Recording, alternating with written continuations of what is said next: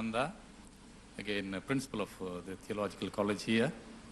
I very much appreciate your knowledge in both the scriptures, and I would request our Christians as well as Muslim brothers and sisters to go deeper, still deeper into the subject, not just quoting from the scriptures. It may sound very, wonderful, but at the same time, study a text, go deeper into that, and have some dialogue, not arguing my point, not only that, perhaps it may help us. Regarding, of course, the divinity of Jesus, there are other, quotations also from the Bible. Sometimes when it supports our point, we may say that it's a later interpretation. For example, what do you think about the prologue in John's Gospel? For example, the Word became flesh.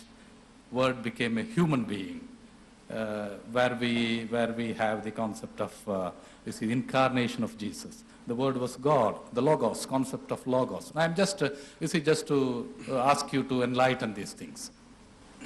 The brother asked and giving another quotation, and he rightly agrees that only quoting is not important, going to depth is important. Only quoting and my father and one is not important. Seeing the context is important, so to come to know whether Jesus actually claimed divinity. And the brother has given one more quotation, that one more place, there are various places. Brother gave 3 quotations, I gave the context and it was clear. Brother gave one more very good quotation from the Bible. He's quoting Gospel of John. The reference is verse number 1. Chapter number 1, verse number 1. Gospel of John. The Word was God. Verse 1 is that's right. So you said both things. In the beginning was the Word. Word was God. So you gave 2 quotations. Word became flesh and Word was God. Both you gave. So I'm going from verse number 1, then coming to verse number 2. But first comes verse number 1, then comes verse number 12. And I do agree that Gospel of John, chapter number 1, verse number 1, I'm quoting. In the beginning was the Word was with God. In the beginning was the Word was with God, and the Word was God. In the beginning was the Word was with God, and the Word was God. It's a very good quotation. If you read from the Bible, if you don't understand, you should go in depth, as the brothers, I do agree with you. The in depth, the original manuscript is which, brother? Greek, New Testament. Though Jesus Christ, peace be upon him, spoke Hebrew, but the original manuscript are in Greek, not written by Jesus, peace be upon himself. It's in Greek. If you go to the Greek, you'll understand. In the beginning was the Word was with God, and the Word was God. The first time the God appears, if you say that the Word was God, just as a layman, that Word was God, that means Word is God. So now wherever Word comes, you exchange it with God. In the beginning was Word becomes, in the beginning was God. Correct? The Word was with God becomes, the God was with God. It doesn't make sense. God was with God. In the beginning was Word becomes, in the beginning was God. God was with God, and God was God. It doesn't make sense. So if I agree that Word here means actually God, and if we exchange the word, and instead of the place of Word, put the word God there, it will read, in the beginning was God. God was with God, and God was God. Does it make sense? No. So how you go, if it's difficult to understand, go in depth, as the brother said. If you read in the original Greek, the word used first time, in the beginning was Word, and the Word was with God. Word was with God. The first God used is Hotheos. Hotheos, meaning the God with capital G. Hotheos. The second time, and the Word was God, is Tontheos. Tontheos, if you ask any Greek scholar, Tontheos means a God with a small g. Small g, meaning a godly person. First is Hotheos, second is Tontheos. So if you read, in the beginning was the Word was with God Almighty, capital G. And the Word was God, small g. But if you read in the Bible, both the places there's capital G.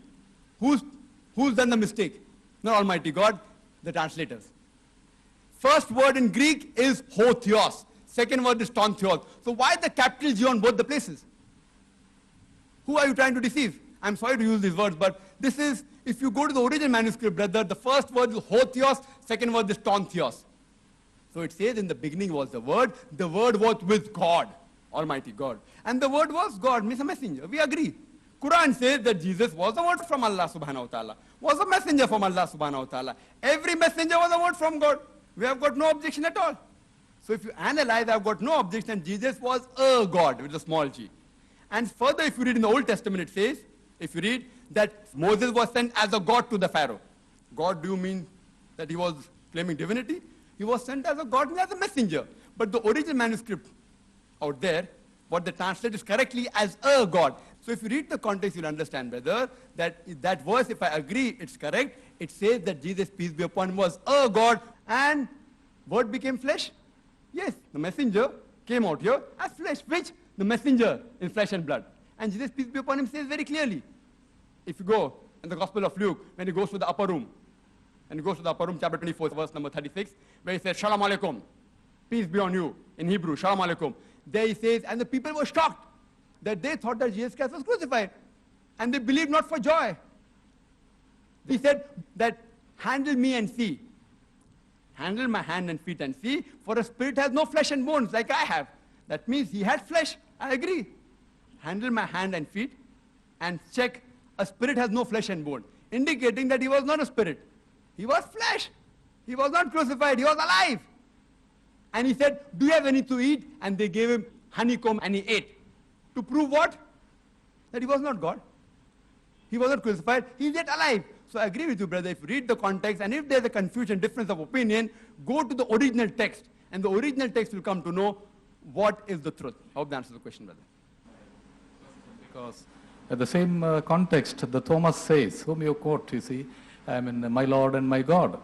You see, I mean, we can go on discussing about these things. I have studied both Hebrew and Greek in depth. I'm asking from that context also. I mean, I'm just giving you. Brother has given another quotation.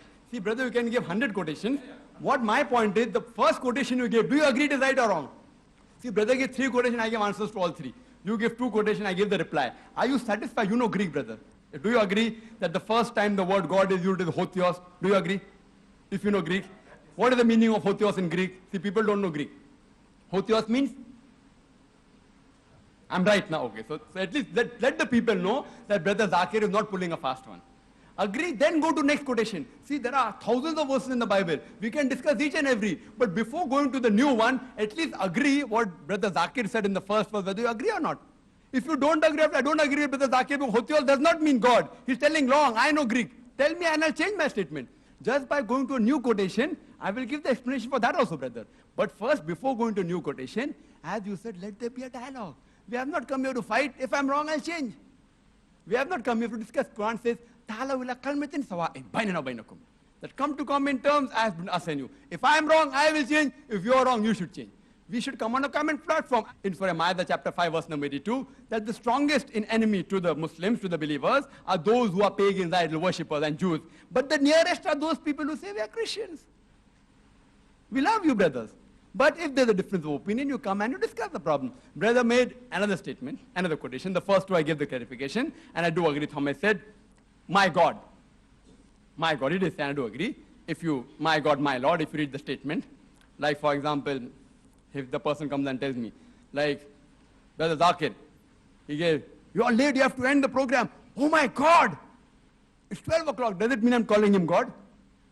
If you read the context, it's important. Read the context. Because again, Jesus Christ said, don't call me good. He said, don't call me good. Where the question of calling me God comes? So if someone calls him, my God, he didn't agree. He didn't say, okay, yes, I'm God.